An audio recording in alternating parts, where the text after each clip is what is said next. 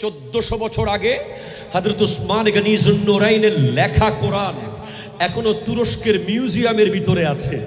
সেটা যেমন ছিল এখনো আমার বাসার কোরআনটাও তেমন। কোরআন কাকে বলে? আল কোরআনুল কারীমু হুয়া মুনাজ্জালু আলা কলবি মুহাম্মাদিন সাল্লাল্লাহু আলাইহি ওয়াসাল্লাম আল মাকতুবু ফিল মাসাহিফে ওয়াল মানকুলু আনহু নাকলান মুতাওয়াতিরান বিলা শুবহাতিন। এই পর্যন্ত মুতাওয়াতির একের পর এক কপি আসতেছে, কপি প্রেসের ভিতরে হাজার হাজার কপি কোরআন প্রতিদিন ছাপতেছে, কিন্তু একটা জের পাল্টাচ্ছে না, একটা জবর পাল্টাচ্ছে না। কেন কেন কেন? বলে কারণ হলো তাওরীত পাহারা দেওয়ার জন্য দায়িত্ব ছিল হযরতে মূসা আলাইহিস সালামের, জাবুর পাহারা দেওয়ার দায়িত্ব ছিল দাউদ খলিফাতুল্লাহর, ইনজিল পাহারা দেওয়ার দায়িত্ব ছিল ঈসা রূহুল্লাহর। ওই নবীরা পর্দা করার পরে উম্মত পাল্টে ফেলেছে, তো কোরআন কার দায়িত্বে? বলে কোরআন নাজিল করেছি হাবিবের উপরে, কিন্তু পাহারা দেওয়ার দায়িত্ব নিয়ে রেখেছি আমি আল্লাহ নিজে। ইন্না নাহনু নাযালনা যিকরা ওয়া ইন্না লাহু লাহাফিজুন। কিন্তু আল্লাহর রশি যেটা, ওটা যদি ধরে রাখতে না পারেন, না কবরে কিছু পাবেন না হাসরে কিছু পাবেন। এগুলো এই রশি আস্তে করে ধরার কারণে চলে গেছে গরু, চলে গেছে মহিষ, চলে গেছে ভেড়া, চলে গেছে দুব্বা। কিন্তু আল্লাহর রশি যদি আপনি আস্তে করে ধরেন, ঈমান চলে যাবে। মাঠকে আপনি মাঠ মনে করতে পারেন, আমি একটা বিশ্ববিদ্যালয় মনে করি। কারবালার মাঠকে আপনি একটা মাঠ মনে করতে পারেন, ময়দান। আমি এটাকে একটা সমুদ্র মনে করি, আমি এটাকে একটা পাহাড় মনে করি, আমি এটা একটা জগৎ মনে করি। যদি বলেন কিভাবে? হ্যাঁ, কারবালার মাঠ যেখানে ইমামে হোসেন রাদিয়াল্লাহু তাআলা আনহু শহীদ হয়েছেন, ওখানে উনি সবরের, ধৈর্যের একটা পাহাড়ের প্রমাণ দিয়েছেন। কারবালার মাঠ ওটা কি? ওখানে উনি ইস্তেকামত, অটল থাকার একটা সমুদ্রের প্রমাণ দিয়েছেন। কারবালার মাঠ কি? ওখানে সালাতের একটা ক্লাস উনি নিয়েছেন, নামাজের। ইমামে হোসেন রাদিয়াল্লাহু তাআলা উনি সবরের একটা ক্লাস জনগণের জন্য, উম্মতের জন্য দিয়ে গেছেন। উনি স্যাক্রিফাইসের একটা ক্লাস উনি দেখিয়ে গেছেন। ওখানে অনেকগুলো ক্লাস হয়েছে, প্রত্যেকটা ক্লাস এই উম্মতের জন্য জান্নাতে যাওয়ার এক একটা লেসন।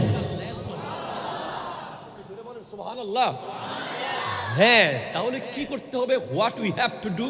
সূরা আলে ইমরান দেখেন, রব্বুল আলামিন ইরশাদ করছেন, ওয়াতাসিমু বিহাবলিল্লাহি জামিআন ওয়া লা তাফাররাকু। তোমরা মজবুত করে, মজবুত ভাবে আল্লাহর রশিকে ধরো। বিজি আল্লাহর রশি। ইয়া রাসূলুল্লাহ, আপনার পরে আমার নবী যখন বিদায় হজের ভাষণ দিয়ে, আমার নবী যখন সেখানে আয়াত পড়ে দিলেন, আল ইয়াউমা আকমালতু লাকুম দীনাকুম ওয়া আতমামতু আলাইকুম নি'মাতি ওয়া রাদিতু লাকুমুল ইসলাম দীনা, তখন সাহাবায়ে কেরামদের মধ্যে যারা কোরআন বুঝে, যারা মুফাসসির সাহাবা, তারা বলছেন, ইয়া রাসূলুল্লাহ, এই আয়াতের ইন্ডিকেশন আজকে ইসলাম পরিপূর্ণ হয়ে গেছে, আল্লাহ ইসলামের উপর রাজি হয়ে গেছে, আল্লাহর নির্দিষ্ট দিন আল্লাহ ফিক্স করে দিয়েছেন ইসলামকে। তাহলে মনে হয় আপনি নবী দুনিয়া থেকে পর্দা করে চলে যাবেন, আপনি বোধহয় আমাদের থেকে বিদায় নিয়ে যাবেন। ইয়া রাসূলুল্লাহ, আমরা কার কাছে যাব? কার কাছে যাব? কে আমাদেরকে পথ দেখাবে? কে আমাদেরকে রাস্তা দেখাবে? কার কাছে গেলে আমরা সঠিক রাস্তাটা খুঁজে পাবো? আমার নবী জানিয়ে দিলেন, ইন্নী তারিকুন ফীকুম সাকালাইন লান তাদিল্লু মা ইন তামাসসাকতুম বিহিমা কিতাবাল্লাহি ওয়া ইতরাতি আহলু বাইতি। আমি তোমাদের জন্য দুইটা জিনিস রেখে যাচ্ছি, অত্যন্ত দামি, অত্যন্ত মজবুত। এগুলো ধরে রাখবে, পথভ্রষ্ট হবে না। একটা আল্লাহর কোরআন আর একটা আমার পরিবার। আরো জোরে। তাহলে আপনি আমাকে প্রশ্ন করেন, আমার নবী আল্লাহর রশি, আমার নবীর পরে সিদ্দিক আকবর আল্লাহর রশি, ফারুক আজম আল্লাহর রশি, ওসমান জুন্নুরাইন আল্লাহর রশি, মাওলা আলী আল্লাহর রশি, এরপরে ইমাম জাইনুল আবিদিন ইমামে হাসান আল্লাহর রশি, ইমামে হোসেন পাক আল্লাহর রশি, ইমাম হযরতে জাইনুল আবিদিন রাদিয়াল্লাহু তাআলা আল্লাহর রশি, ইমাম জাফরে সাদেক আল্লাহর রশি। প্রশ্ন করেন কিভাবে জানলেন ওনারা যে আল্লাহর রশি? ইমাম জাফরে সাদেক রাদিয়াল্লাহু তাআলা আনহুকে প্রশ্ন করা হয়েছে আল্লাহর রশি কে? উনি জুমার মিম্বরে খুতবায় দাঁড়িয়ে বলছেন, নাহনু হাবলুল্লাহ, আমরা যারা আলে নবী, আমরা যারা আহলে বাইতে নবী, আমার নবীর পরিবার, আমরা হলাম আল্লাহর রশি। আরো জোরে। সেই মুসলমানের কাছে পারমাণবিক অস্ত্র থাকুক বা না থাকুক, নারায়ে তাকবীর আছে, ঠিক কিনা কথা বলে? নারায়ে রিসালাত আছে না নাই? কোটি কোটি পারমাণবিক অস্ত্র মুহূর্তের মধ্যে ফিউজ হয়ে যাবে তাকবীরের আওয়াজের সামনে, ঠিক কিনা কথা বলে? আমরা কি মদিনাতুল মুনাওয়ারায় যাব ইনশাআল্লাহ? যারা যারা যাব সবাই মিলে মুহাব্বতে পড়ব। ভাই একটু ইকু বাড়াই দেন সবাই মিলে। ইয়া রাসূলুল্লাহ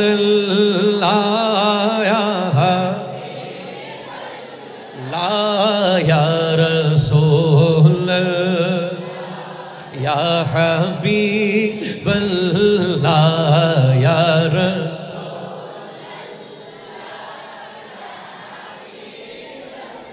লা ইয়া রাসূলুল্লাহ बल्ला मेरी उल्फत मदीने से यूं ही नहीं, मेरी उल्फत मदीने से यूं ही नहीं, मेरे आका का रोज़ा मदीने में है या रसूल अल्लाह। जोरे या रसूल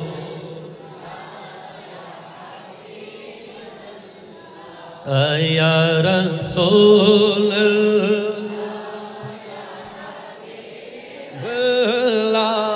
या रसूल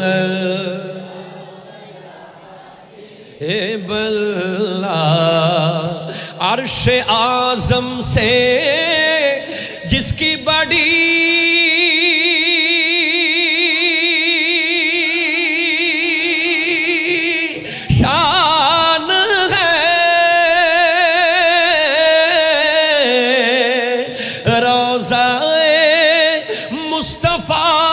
जिसकी पहचान है, रोज़ाए मुस्तफा जिसकी पहचान है, जिसका हम पल्ला कोई महल्ला नहीं, যার সমান হবে এমন শহর পৃথিবীতে নাই, যার তুলনা হবে এমন গ্রাম পৃথিবীতে নাই, এমন একটা গ্রাম আছে ওই মদিনায়। ইয়া রাসূল লা ইয়া রাসূলুল্লাহ बिल्लाह मेरी उल्फत मदीने से यूं ही नहीं, मेरे आका का रोज़ा मदीने में है या रसूल। কই গেল ফটিকছড়ি মানুষ কোথায় গেছে? জোরে বলেন ইয়া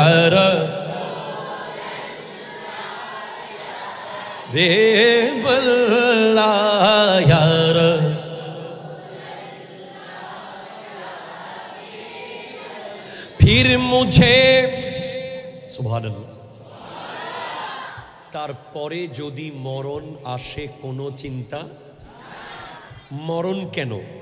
এই দুনিয়াদারির কোনো পরোয়া কি করলে আমার নবী যদি একবার এসে আমাকে বলে দয়াল নবী যদি স্বপ্নে এসে আমাকে বলে তোর জীবন মরণ সব হবে ওই মদিনায়, সুবহানাল্লাহ।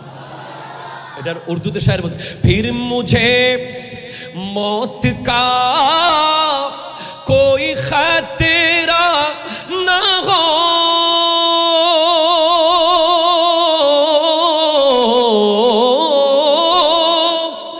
मौत क्या जिंदगी की भी परवाह न हो, काश सरकार एक बार मुझसे कहे আমার নবী যদি একবার এসে আমাকে বলে अब तेरा जीना मरना मदीने में है या रसूल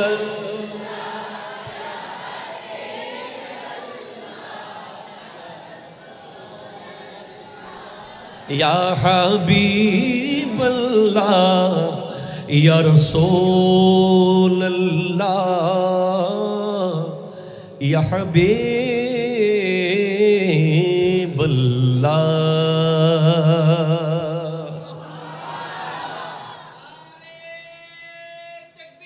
अल्लाहु अकबर।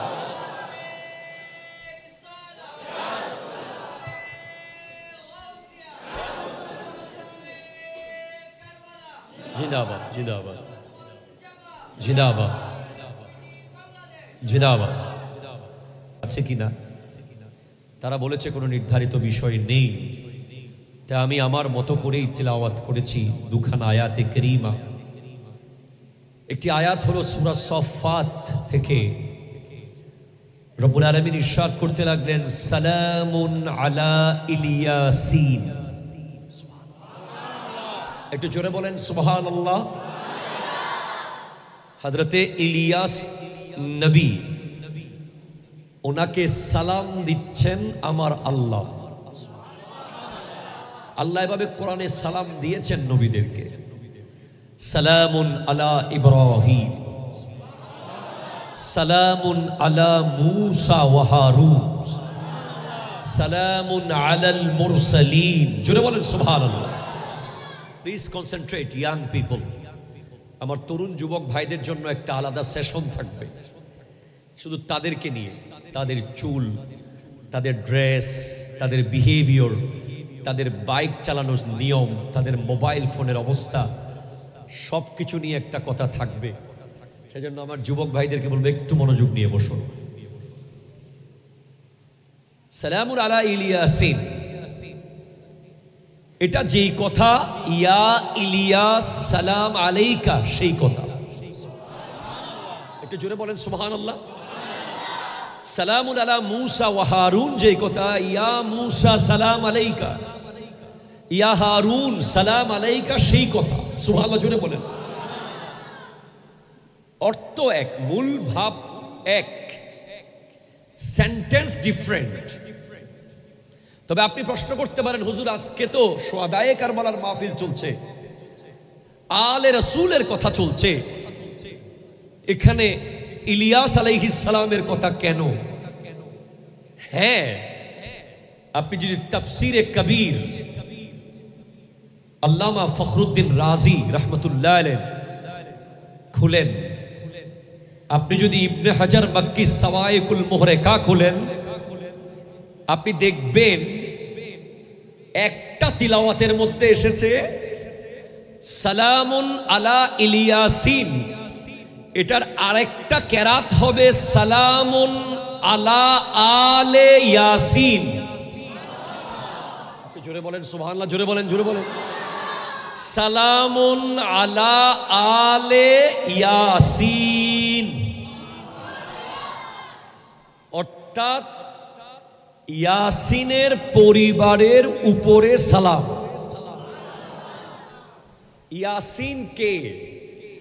মুফাসসিরিনে কেরাম বলছেন ইয়াসিন বমানা মুহাম্মদুর রাসূলুল্লাহ সাল্লাল্লাহু আলাইহি ওয়াসাল্লাম। জোরে বলেন সুবহানাল্লাহ। তার মানে আপনি কি বুঝলেন? সালামুন আলা আলে ইয়াসিন মানে সালামুন আলা আলে মুহাম্মদ সাল্লাল্লাহু আলাইহি ওয়াসাল্লাম। জোরে বলেন সুবহানাল্লাহ। তাহলে আমার নবীর আল, আমার নবীর পরিবারকে সালাম দিয়েছেন কে? আরো জোরে বলেন না, কে কে? যেখানে আল্লাহ সালাম দিয়েছেন কোরআনে, সেখানে মোল্লা যদি সালাম না দেয় তাদের দাম কি কমে যাবে? বলেন, কমে যাবে? যাবে না। যাদের স্মরণে সোহাদায়ে কারবালা হয়েছে, যাদের জন্য এই প্রোগ্রাম গোটা বিশ্বব্যাপী আয়োজন চলছে, চলবে,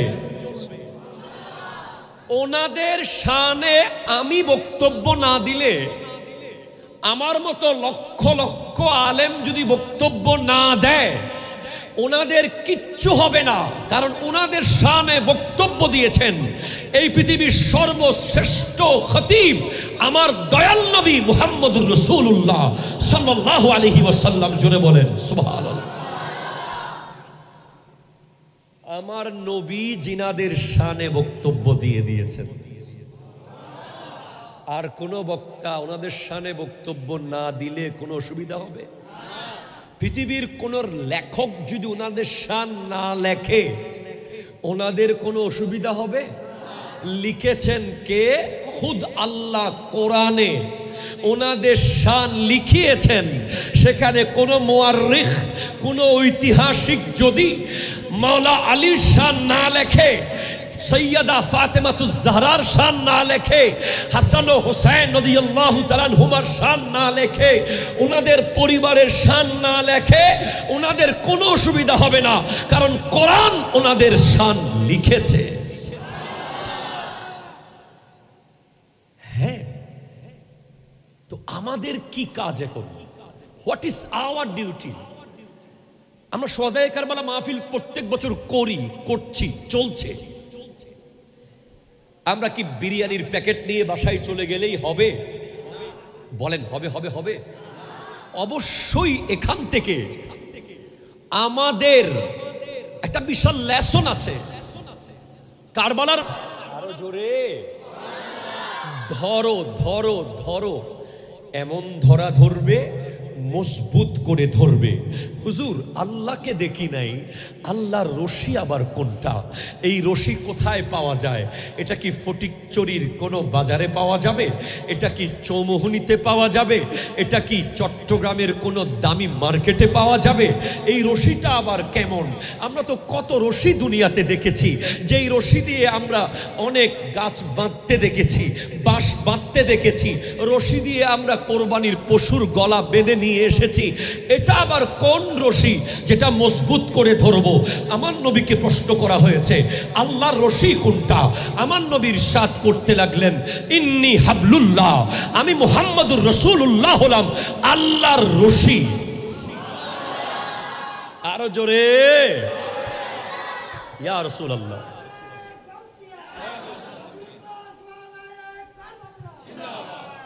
একটু জোরে বলেন না সুবহানাল্লাহ। আমার নবী থেকে এই পর্যন্ত নবীর পরিবারের সদস্যরা আল্লাহর রশি। আপনি গরুর রশি ছেড়ে দিতে পারবেন, গরু চলে যাবে? কথা কয় না। আপনি মহিষের রশি ছেড়ে দিলে মহিষ বিলে চলে যাবে, না পাইলে আর কি বা হবে, পরে আরেকটা কিনবেন আর কি। কথা কয় না, ঠিক কিনা? কথা কয় না। 100টা মহিষ যদি হারিয়ে যায় আপনার কি বড় ক্ষতি হয়ে যাবে? আরে সিদ্দিক আকবর রাদিয়াল্লাহু তাআলা আনহুর একবার 40টা উট হারিয়ে গেছে, অনেকগুলো গোলামও হারিয়ে গেছে একসাথে। ওনার মুখ কালো, চেহারা মলিন। আমার নবী জিজ্ঞেস করছেন, আবু বকর, তোমার চেহারা মলিন কেন?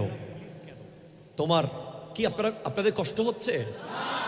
প্লিজ নজর মেরি তরফ, আমাকে বলে দেন, যদি অসুবিধা হয় আমি সাথে সাথে ছেড়ে দিচ্ছি।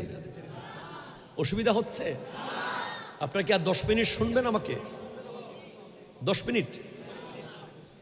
জি, তাহলে একটু শুনেন, মেহেরবানি করেন। সিদ্দিক আকবর রাদিয়াল্লাহু তাআলা আনহুর ওট হারিয়ে গেছে 40টা। মতান্তর থাকতে পারে, সংখ্যার মধ্যে, গোলামও হারিয়েছে।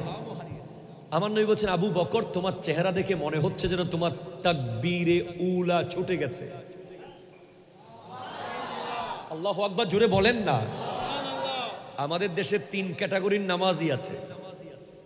এক ধরনের নামাজি যারা প্রথম শুরুতেই গিয়ে আল্লাহু আকবার বলে ইমামের সাথে সাথে নিয়ত করে। আছে না নাই? কথা বলেন তো। মুরব্বীদের মধ্যে অনেক পাবেন, ইটস ইম্পর্টেন্ট। এক ধরনের নামাজি, ইমাম সাহেব জামাত শুরু করে দিয়েছে আমাদের বদরুদ্দিন কাদরি সাহেব, সাথে সাথে উনি পিছনে নিয়ত করে ফেলেছে মুসল্লি।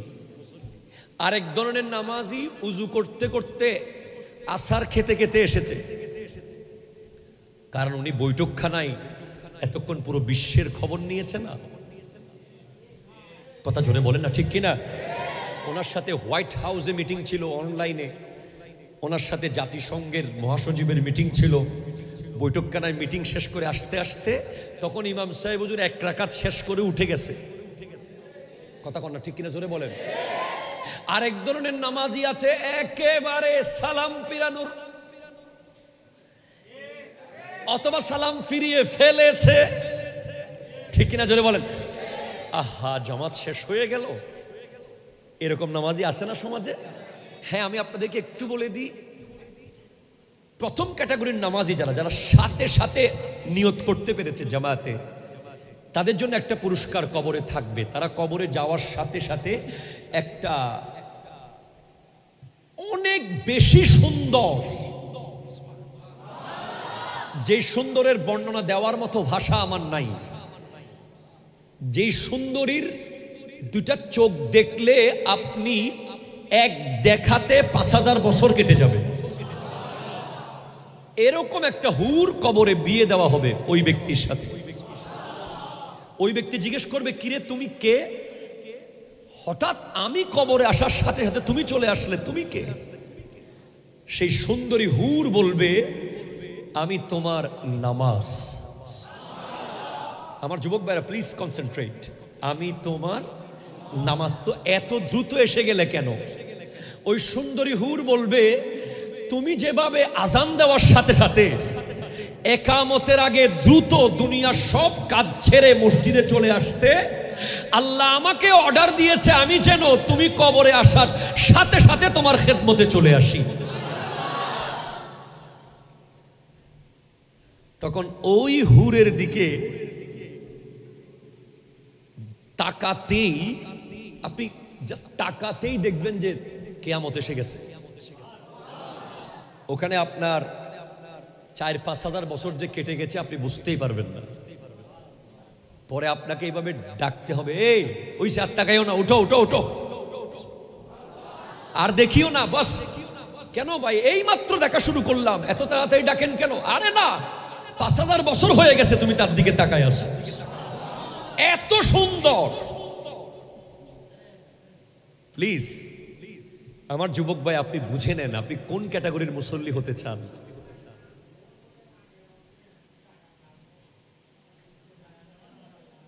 দরুদ শরীফ, আল্লাহুম্মা, আসো আসো আসো আসো, কাছে আসো, কাছে আসো।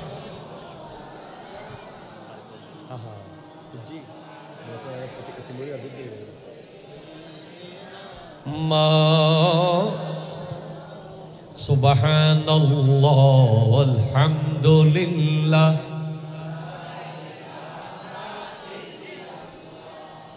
আল্লাহ।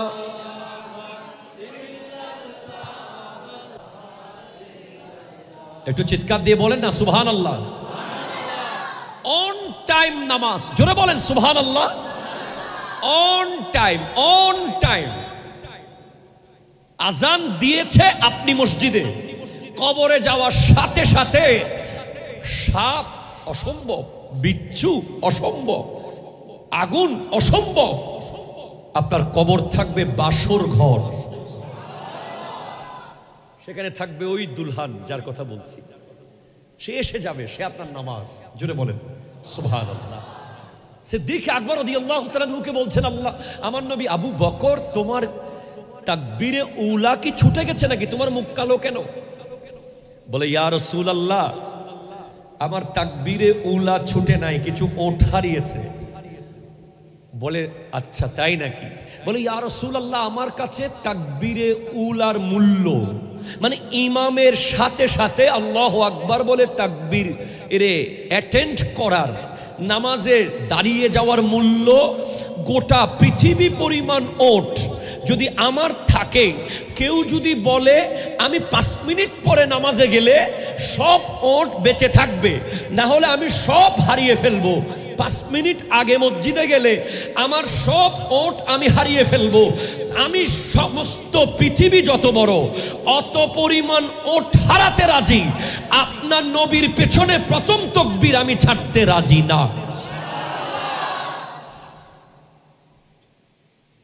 মানে জামাতের প্রথম তাকবীর আমার কাছে দুনিয়া পরিমাণ ওটের চেয়েও বেশি দামি। ইমামে হুসাইনকে আপনি প্রশ্ন করেন, ওগো হুসাইন, কারবালার মাঠে আপনার তলোয়ার যখন বিজলির মতো চলছে, যেদিকে যাচ্ছে গাজর মূলার মতো এজিদিদেরকে কেটে ফেলতেছে, যেদিকে যায়, আর কিছুক্ষণ যুদ্ধ করলে, তলোয়ার চালালে হয়তো 22,000 কেটে ফেলতে 22 মিনিটও লাগতো না, কিন্তু থেমে গেলেন কেন? বলে আজান শুনেছি, আজান শুনেছি তাই থেমে গেছি, তলোয়ার নেমে গেছে, আমি সিজদায় চলে গেছি। কেন কেন গেলেন? আমরা তো কি কি কারণে নামাজ পড়ি না, আমাদের যুব সমাজ কি কি একেবারে আনইম্পর্টেন্ট, একেবারে সিলি সিলি ম্যাটার, গাড়িতে আছে নামাজ পড়ছে না, বিয়ে বাড়িতে আছে নামাজ পড়ছে না, মিটিং এ আছে নামাজে যাচ্ছে না, ফেসবুকিং করছে নামাজে যাচ্ছে না, গল্প করতে করতে নামাজে যাচ্ছে না। আর ইমামে কারবালা তলোয়ারের নিচে নামাজে কেন গেলেন? বলে কেন আপনি শুনেন নাই আমার নবীর হাদিস? সুইলা রাসূলুল্লাহ সাল্লাল্লাহু আলাইহি ওয়াসাল্লাম আইয়ুল আমালে আহাব্বু ইলাল্লাহি তাআলা, আল্লাহর কাছে সবচেয়ে শ্রেষ্ঠ আমল কোনটা? আমার নবী বলেছেন, এক as-salatu li waqtiha, just time নামাজ পড়া, জাস্ট টাইম। দুই বিররুল ওয়ালিদাইন, পিতামাতার প্রতি সৎ আচরণ করা। তিন ওয়াল জিহাদু ফি সাবিলিল্লাহ, আল্লাহর রাস্তায় জিহাদ করা। আমি কোন জায়গা থেকে গিয়েছি? মহিষ যদি পালিয়ে যায় আপনার কি বড় লস হয়ে যাবে? আপনি রশিটা ধরে রাখতে পারেন নাই, চলে গেছে, ঠিক কিনা? কথা জোরে বলেন। কোরবানির সময় কত পশু চলে গেছে না পালিয়ে, কেউ পেয়েছে কেউ পায় নাই। এমনও হয়েছে যে আমাদের চট্টগ্রাম শহর থেকে একটা মহিষ নাকি পালাতে পালাতে ফটিকছড়ি চলে এসেছে, চলে আসতে পারে। হ্যাঁ, গরু রশি ধরতে পারেন নাই, চলে গেছে। ছাগল ধরে রাখতে পারেন নাই, চলে গেছে। ভেড়া ধরে রাখতে পারেন নাই, চলে গেছে। গাছ কাটতেছেন, রশি দিয়ে ধরেছেন, ঠিকভাবে ধরতে পারেন নাই, উল্টাপাল্টা জায়গায় পড়ে গেছে। এগুলো যেতেই পারে, এসব রশি ছেড়ে দিলে তেমন লস নাই। কথা বলে না, ঠিক কিনা? কথা বলে না। কি চলে যাবে? ঈমান। যাদেরকে আল্লাহর রশি বলা হয়েছে, ওনাদেরকে ধরে রাখলে ঈমান থাকবে, ওনাদেরকে ছেড়ে দিলে ঈমান যাবে। এজন্য আমার নবী বলেছেন, আন-নুজুমু আমানুন লিআহলিস সামা, তারা হলো আসমানবাসীদের জন্য নিরাপত্তার সাইন। আর একটু জোরে বলেন সুবহানাল্লাহ। আমার মুস্তাফা যদি শুনতো, তারা হলো আসমানবাসীদের জন্য নিরাপত্তার sign, the symbol of peace. একটু জোরে বলেন না সুবহানাল্লাহ। হ্যাঁ, the symbol of protection for sky. তো জমিনের প্রোটেকশন কারা? জমিনবাসীর জন্য প্রোটেকশন কারা কারা জমিনবাসীকে রক্ষা করবে? আমার নবী বলছেন ওয়া আহলু বাইতি আমানুন লি উম্মতি লি আহলিল আরদ। জোরে বলেন সুবহানাল্লাহ। আমি নবীর পরিবার হলো জমিনবাসীদের জন্য প্রোটোকল, প্রোটেকশন, নিরাপত্তার সাইন। যতদিন এই জমিনে নবীর পরিবার থাকবে ততদিন জমিনবাসী নিরাপদ থাকবে। আপনি যদি আমাকে প্রশ্ন করেন নিরাপত্তা কেমন, কোন আহলে বায়াত কি এসে আপনার ঘরে পাহারা দিয়েছে, আপনার এলাকায় পাহারা দিয়েছে, ওনারা কি গেটে দারোয়ানগিরি করবে? না না না, এমন নিরাপত্তা না। ওনাদের নিরাপত্তা হলো ঈমানের নিরাপত্তা।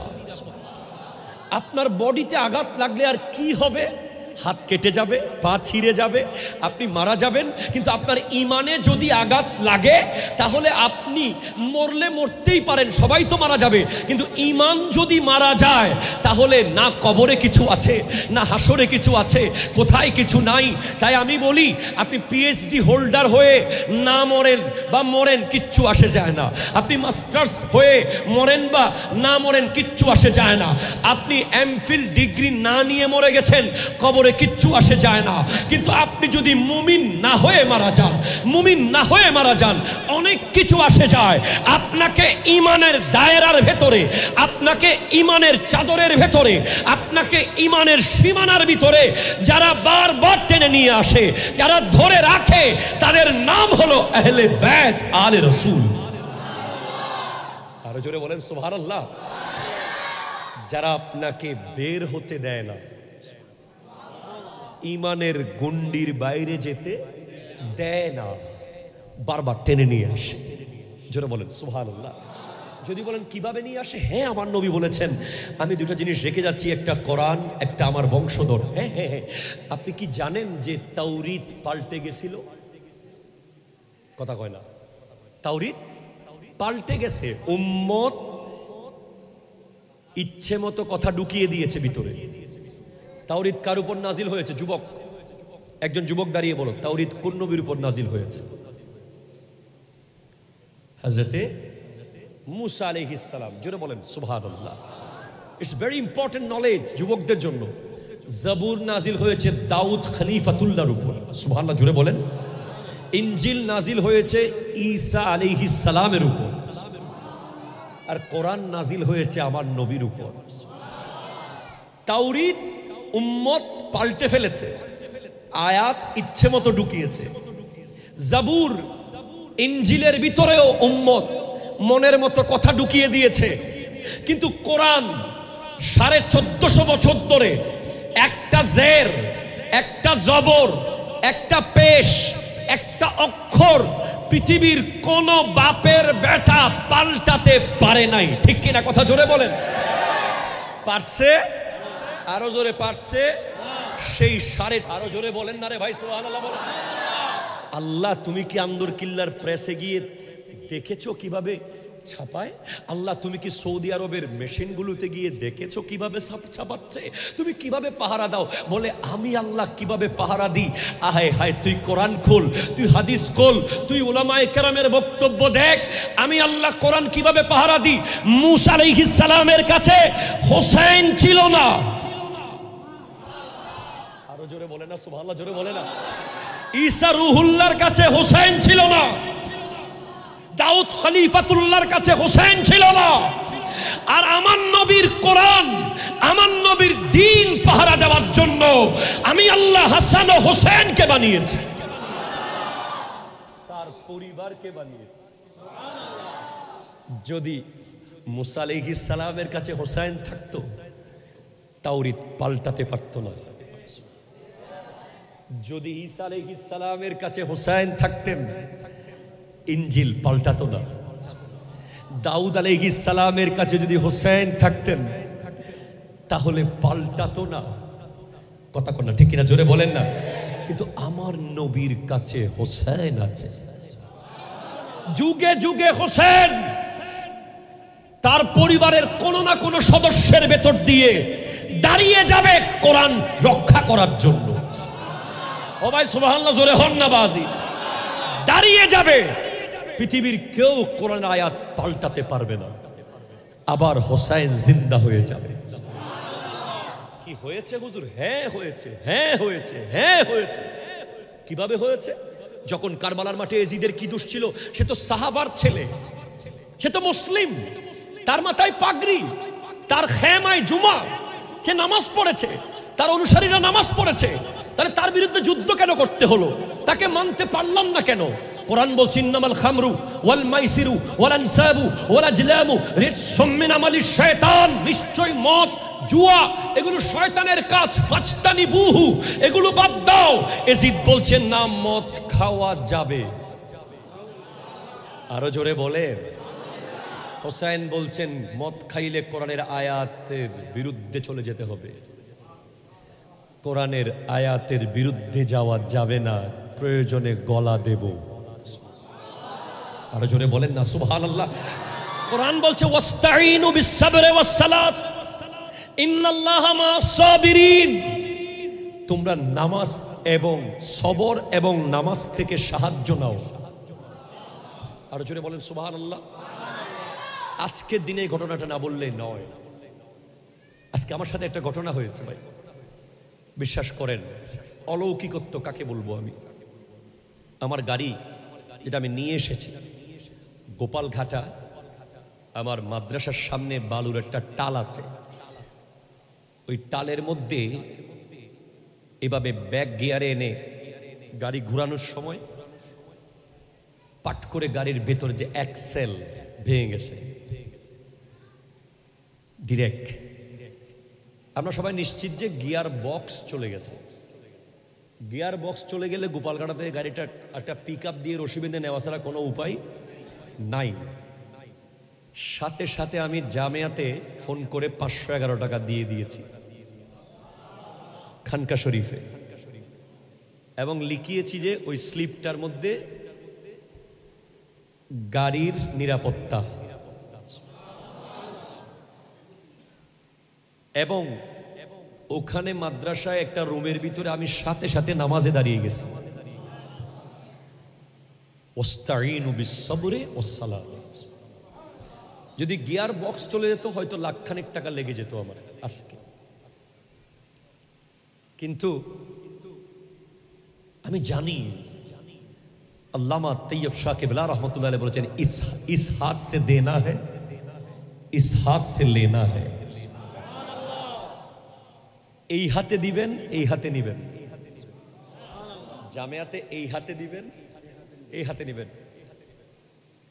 কিছুক্ষণ পরে নাজিরার থেকে একজন মিস্ত্রি এসছে, উনি দেখে বলতেছেন না গিয়ার বক্স ঠিক আছে, এক্সেল গেছে। সাথে সাথে আগ্রাবাদ থেকে আমার এক বড় খাস মোহব্বতের মিস্ত্রি সে এসে গেছে, 1-1.5 ঘন্টার ভিতরে এসে এক্সেল লাগিয়ে দিয়েছে। গাড়িটা নিয়ে এখানে এসেছে, আপনাদের 4000 টাকা খরচ হয়েছে।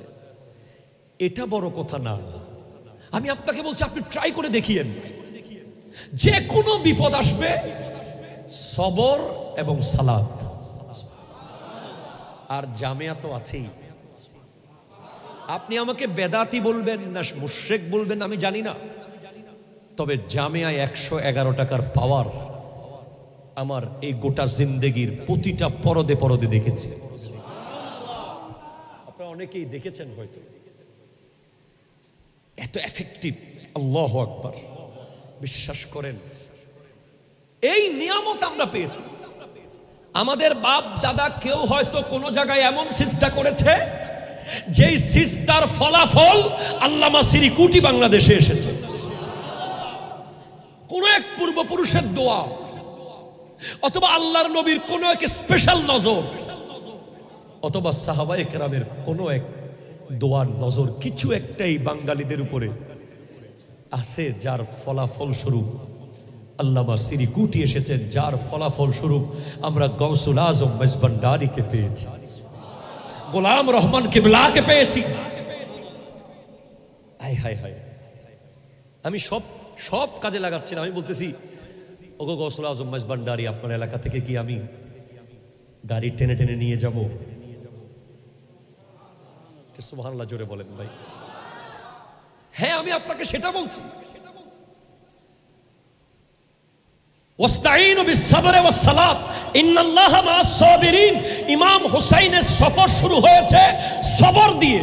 মদিনা থেকে মক্কা সবর, মক্কা থেকে কুফা সবর, ইমাম হযরত আলী আসগর শাহাদাত সবর, আলী আকবরের শাহাদাত সবর, কাসিম ইবনে হাসানের শাহাদাত সবর, আব্বাস আলমদারের শাহাদাত সবর, আনা মুহাম্মদের শাহাদাত সবর। পানি নাই সবর, ময়দানে গেছেন সবর, ঘরের মধ্যে নারীদেরকে রেখে চলে যাচ্ছেন সবর, ইমাম জাইনুল আবিদ অসুস্থ সবর। সবর দিয়ে শুরু হয়েছে সফর, সালাত দিয়ে শেষ হয়েছে সফর। আলে রসুল আর কোরআন। আরো জোরে বলেন সুবহানাল্লাহ, জোরে বলেন। আপনি দেখেন বাঁশকালীর ওই শেকের খিল, হ্যাঁ সেখানে ইন্নাল্লাহা ওয়া মালাইকাতাহু ইউসাল্লুনা আলান নবী ইয়া আইয়ুহাল্লাযীনা আমানু সাল্লু আলাইহি ওয়া সাল্লিমু তাসলিমা। আয়াত পড়ছেন আল্লামা সিরিকুটি মাহফিলে, কিন্তু মানুষ দরুদ শরীফ পড়ে নাই। তখন আওলাদ রাসূল প্র্যাকটিক্যাল কোরআন বলছেন, থিওরিক্যাল কোরআনের প্র্যাকটিক্যাল কি, সাথে সাথে দরুদ শরীফকে প্রতিষ্ঠা করার জন্য বানিয়ে দিয়েছেন জামিয়া আহমদিয়া সুন্নিয়া আলিয়া। দরুদ শরীফ পড়ে নাই মানুষ, এই জন্য আল্লাহ বলছেন পড়ো সল্লু, মোল্লা বলতেছেন পড়বো না। তখন দাদা হুজুর চিন্তা করলেন, না ইহা মাদ্রাসা বানানা হোগা তাকে লোক দরুদ পড়ে। আপনি দেখেন যেই দরবারের বাবা হুজুর কিবার উরসে আপনি এসেছেন, ওই দরবারে পীরের প্রশংসা কম, নবীর প্রশংসা বেশি। কিভাবে হুজুর? হ্যাঁ আপনি দেখেন, যখন কুল বিফদ্লিল্লাহি ওয়া বিরহমাতিহি ফাবিযালিকা ফালিয়াফরাহু হুয়া খায়রুম মিম্মা ইয়াজমাউন, এই আয়াত যখন জানার পরেও, বুঝার পরেও, তাফসীর শোনার পরেও যখন মিলাদুন নবী তারা করবে না, নবীর আগমনে তারা খুশি হবে না, তারা তারা তারা ঈদুল ফিতরের দিন সরকারিভাবে র্যালি করতে পারবে, ঈদুল ফিতরের জুলুস, তাদের কোনো ফতোয়া নাই। তারা পহেলা বৈশাখের দিন জুলুস করবে, তাতে কোনো ফতোয়া নাই। ওলামায়ে কেরামদের ফেসবুক পেজে বেদাতের কোনো ফতোয়া নাই। তা আমাদের প্রিয় শায়েখরা যখন জেলখানা থেকে বের হবে, ওনাদেরকে জুলুস করে করে আনা যাবে, তাতে কোনো ফতোয়া নাই। আমাদের প্রিয় কারীরা বিভিন্ন কান্ট্রি থেকে কোরআন প্রতিযোগিতায় প্রথম হয়ে বিমানবন্দর থেকে জুলুস করে করে আসতে পারবে, তাতে কোনো ফতোয়া নাই। কিন্তু নবীর আগমনে জুলুস করতেছি, তাতে ফতোয়া আর ফতোয়া। তখন আওলাদ রাসূল দেখছেন কোরআনের আয়াতের বিরুদ্ধে যাচ্ছে উম্মত, তাই তিনি এসে আল্লামা তৈয়ব শাকেবেলা এই বাংলার মানুষকে দিয়েছেন জশ্নে জুলুসে ঈদে মিলাদুন নবী।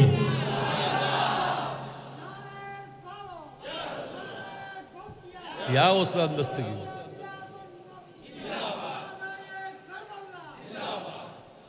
আপনাদের কষ্ট হচ্ছে না তো? আমি তেমন ওয়াজ কালাম জানি না রে ভাই, আমার তেমন এলম কালাম নাই। শ্রীকুটের পাহাড় থেকে একটু দয়া হলে কিছু কথাবার্তা বলি, পাগল এলম দিয়ে আপনাদেরকে কি শিখাবো, কি বুঝাবো আমি? ওলি আল্লাহদের নজর না হলে এখানে কোনো কিছুই কাজ করবে না, ঠিক কিনা? কথা জোরে বলেন। এলম শয়তানেরও ছিল, মুহাব্বত ছিল না। আগে মুহাব্বত, তারপরে এলম, ঠিক কিনা? জোরে বলেন। আমাদের জামিয়ায় যখন ছাত্ররা ভর্তি হয়, তাদেরকে আমরা লেসন দিই। প্রথম দিন জামিয়ার 4টা বিষয়ের উপরে দাঁড়িয়ে আছে ছাত্রদের জন্য। এক, প্রথমে হলো আদব,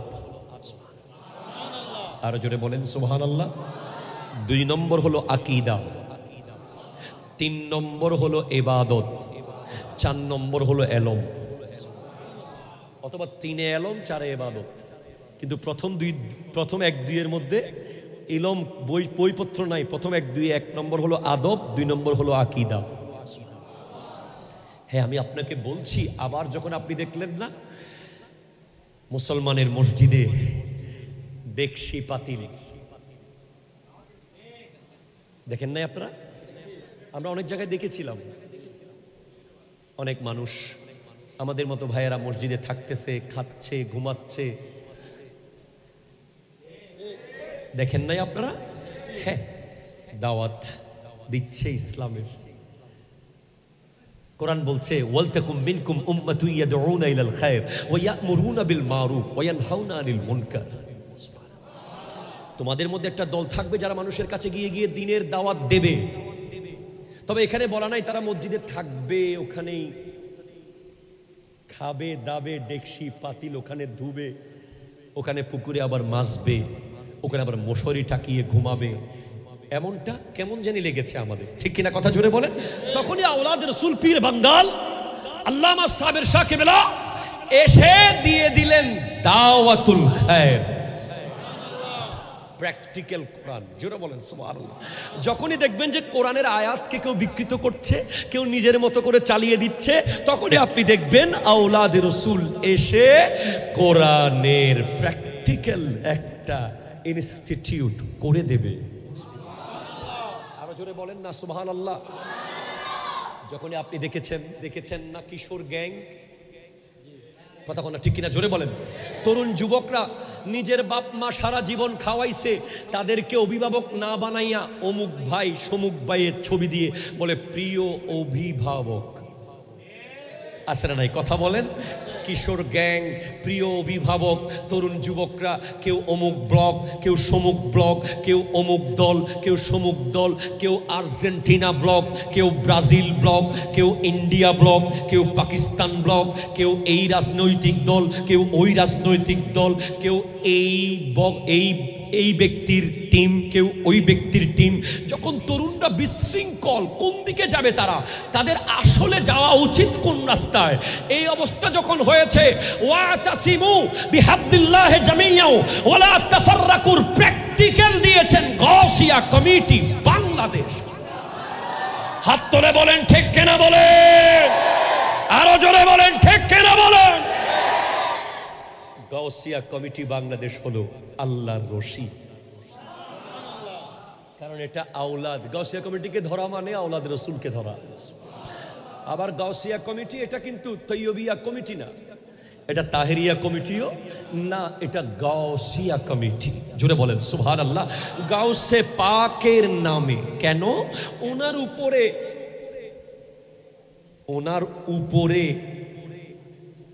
বলে না, ওনার উপরে গিয়ে কিছু বলবে এমন অলি কি পৃথিবীতে আছে? বলেন আছে আছে আছে আছে। সবচেয়ে বড় অলি, জোরে বলেন সুবহানাল্লাহ। আমার নবী হলেন ইমামুল আম্বিয়া, গাউসুল আজম আব্দুল কাদের জিলানী রহমতুল্লাহ আলাইহি হলেন ইমামুল আউলিয়া। আমার প্রজন্মকে আমি কিভাবে সেভ করবো বলেন না। এখন বাংলাদেশে এমন এমন মানুষকে আমরা পুরস্কার পেতে দেখতেছি, সবচেয়ে সুদর্শন পুরুষ। কথা কথা ঠিক কিনা জোরে বলেন না। যাকে দেখলে আমাদের প্রজন্ম কনফিউজ, উনি কি পুরুষ?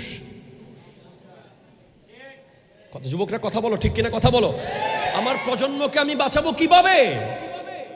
অনেকে তো এখন পত্রিকায়, নিউজে, নিউজ পেপারে, সোশ্যাল মিডিয়ায় দেখে মনে করবে যে এমন ড্রেস পরলে বোধহয় পুরস্কার পাওয়া যায়।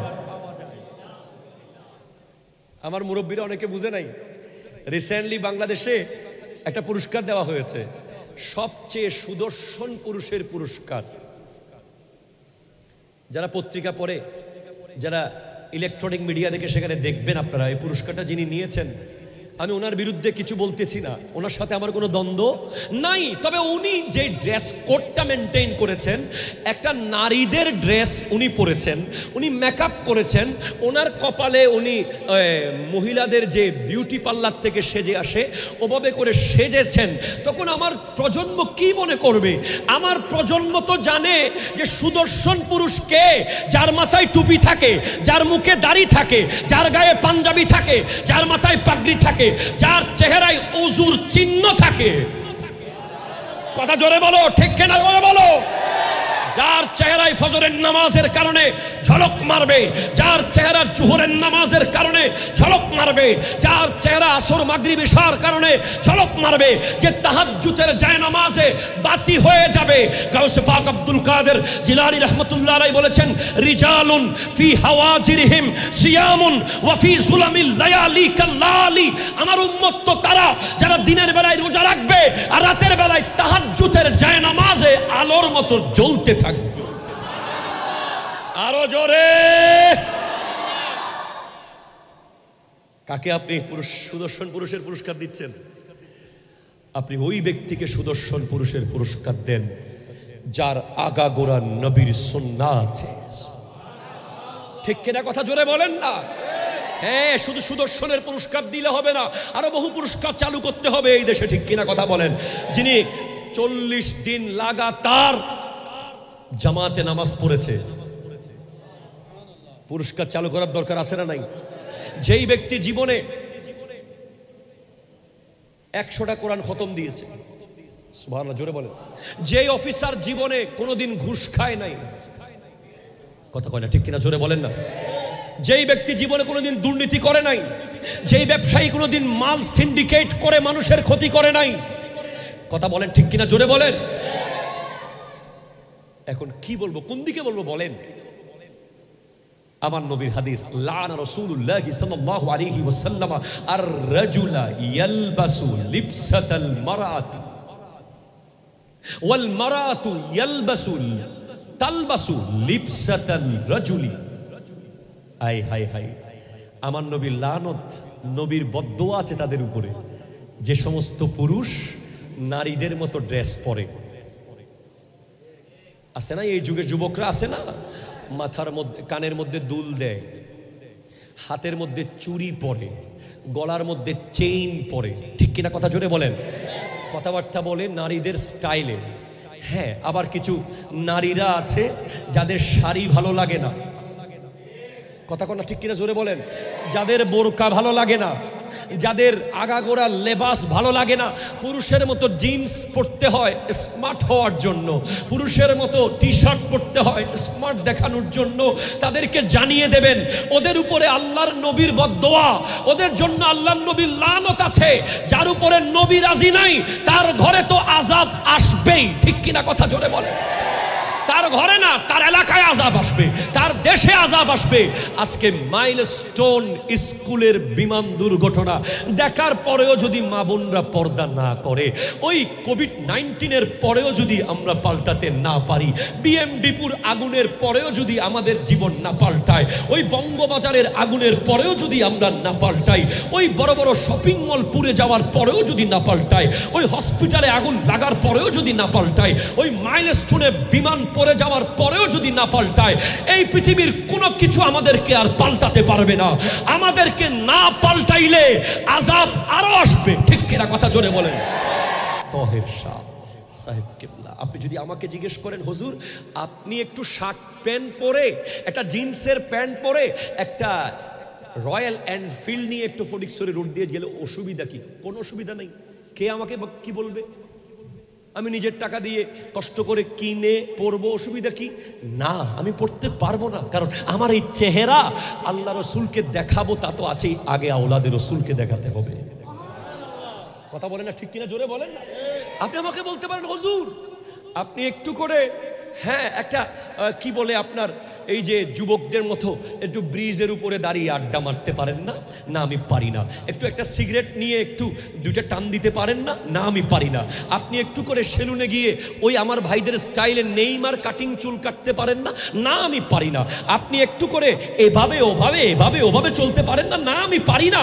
কারণ 12 রবিউল আউয়াল আসলে আওলাদ রাসূল আসবে, আমার দিকে তাকিয়ে যদি মুস্কি না হাসে, তখন আমি বুঝতে পারবো যে আমি অন্যায় করেছি। আমি আপনাকে বলছি, আপনাকে যারা হাত দিয়েছেন, হাতের দাম অনেক। গোটা পৃথিবীর নিয়ম হলো মাথা বাঁচাবে, আর ইমামে হোসাইনের নিয়ম হলো হাত বাঁচাবে। গোটা পৃথিবীর নিয়ম হলো মাথায় হেলমেট পরবে, আর ইমামে হোসাইনের নিয়ম হলো মাথা কেটে নিয়ে যা, হাত দেব না। আপনাদেরকে বলছি, যুবক ভাইরা আমার, পাল্টে যান, পরিবর্তন হয়ে যান। আল্লাহর রশিকে ধরেন, এমন ধরেন ইতিসাম, মানে ওই বলি আমি ট্রেন ধরার মতো। ট্রেন ঢাকায় যাবে 9টায়, আপনি পৌঁছেছেন 9টা 15 মিনিটে, 15 মিনিট চলা শুরু হয়ে গেছে। এখন আপনি ট্রেনটা কিভাবে ধরবেন? হাতলটা অবশ্যই পৃথিবীর সব শক্তি দিয়ে আপনি ধরে ফেলবেন, যাতে না পড়েন। ওভাবে আওলাদের রাসূলের দামান ধরতে হবে। বিনিময় কি? আপনাকে কে সভাপতি বলল, কিচ্ছু আসে যায় না। আপনাকে কে সেক্রেটারি বলল, কিচ্ছু আসে যায় না। আপনাকে কে বলল যে অমুক অমুক অনেক কাজ করে, অনেক কাজ করে, কেউ না বলুক, পত্রিকায় না আসুক, পোস্টারে আপনার নাম না আসুক, আপনি যেদিন মারা যাবেন সেদিন যেন পাকিস্তান থেকে আওলাদে রসুলের ফোন আসে, হযরত উন পর রাজি হ্যায়। আসবে, হ্যাঁ আসবে, আসবে, আসবে, আসবে, এই আশায় আমরা সব করছি। আপনি দেখেন নাই আলহাজ মোহাম্মদ মহসিন সাহেবকে? আওলাদে রসুল নিজের হাতে যার কবর করেছে, আওলাদে রসুল নিজে যাকে কবরে নামিয়েছে, নবীর আওলাদ নিজে যার জানাজার ইমামতি করেছে, গোটা দুনিয়া ওনার বিরুদ্ধে গেলে কি আসে যায়, নবীর আওলাদ ওনার উপরে রাজি। সেজন্য আমার যুবক ভাইয়েরা, আপনারা কি কষ্ট পেয়েছেন আমার কথায়? তাহলে মূল কথা হলো আল্লামা তৈয়ব শাহ কিবলা রহমতুল্লাহ আলাইহি আমাদের জন্য নিয়ামত। তো ওনাকে সম্মান করা মানে গাউসিয়া কমিটিকে সম্মান করা, ওনাকে ভালোবাসা মানে জস্তে জুলুসকে ভালোবাসা, ঠিক কিনা কথা জোরে বলেন। আল্লামা সিরিকুটি আমাদের জন্য নিয়ামত, ওনাকে ভালোবাসা মানে জামিয়াকে ভালোবাসা। আল্লামা তহের শাহ সাহেব কিবলাকে ভালোবাসা মানে নামাজ পড়া, ফজরের নামাজ জামাতে পড়া, তারপরে 200 বার লা ইলাহা ইল্লাল্লাহ পড়া, 200 বার ইল্লাল্লাহ পড়া, 200 বার আল্লাহু পড়া, 100 বার দরুদ শরীফ পড়া। ওনাদেরকে ভালোবাসা মানে মাগরিবের নামাজের পরে 6 রাকাত আওয়াবিন পড়া, আবার দরুদ শরীফ 100 বার পড়া। ওনাদেরকে ভালোবাসা মানে সিগারেট ফেলে দেওয়া, ওনাদেরকে ভালোবাসা মানে কিশোর গ্যাং ছেড়ে দেওয়া, ওনাদেরকে ভালোবাসা মানে ইফতিজিং বাদ দেওয়া, ওনাদেরকে ভালোবাসা মানে মোবাইলের অশ্লীল ভিডিও না দেখা, ওনাদেরকে ভালোবাসা মানে আপাদে মস্তক সুন্নতে মুস্তাফার উপরে চলা। যেন হাসরের মাঠে উনি বলে, আপনি বলার আগে যেন উনি বলে, এই তো আমার চৌমোহনীর আল্লাহওয়ালা মুরিদ। কবরে যেন নবী বলেন, আপনি উনি আমার নবী বলার আগে যেন নবী বলে দেন, সে আমার উম্মত। নিজের দিকে তাকান, আয়নার সামনে দাঁড়িয়ে নিজেকে প্রশ্ন করেন, আপনার আপাদে মস্তক সুন্নাতের উপরে আছে কিনা। তৈয়ব শাহ কিবলাকে জিজ্ঞেস করা হয়েছে, অলি কে? যিনি আকাশে উড়ে তিনি অলি, যিনি পানিতে হাঁটে উনি অলি, যিনি আগুনে দাঁড়িয়ে থাকে উনি অলি? বলেন না, অলি হলো যার গোটা জিন্দেগি নবীর সুন্নাতের উপরে কেটেছে, উনি হলেন অলি। আল্লাহ পাক আজকের মাহফিলকে কবুল করুক। ওমা তৌফিকি ইল্লা বিল্লাহ ওয়া আখিরু দাওয়ানা আনিল হামদুলিল্লাহি রাব্বিল আলামিন। ওয়াসসালামু আলাইকুম ওয়া রাহমাতুল্লাহি ওয়া বারাকাতুহু।